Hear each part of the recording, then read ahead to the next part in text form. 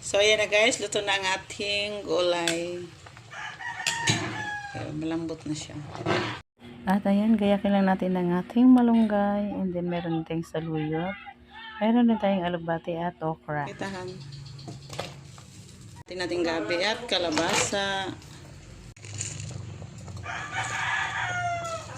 Ilagay na natin yung asin. And then, ilagay na natin ang ating isda. Pangpalasa. Siyempre ang ating bitchin. So, ayan, malambot na ang ating gabi and then ang ating kalabasa.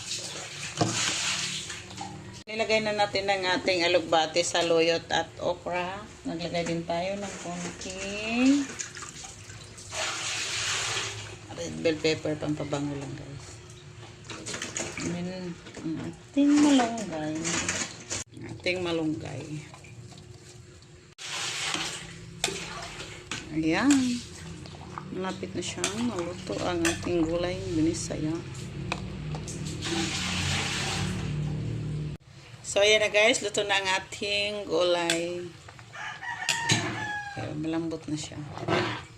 Para hindi masyado malata ang ating malunggay at alugbati.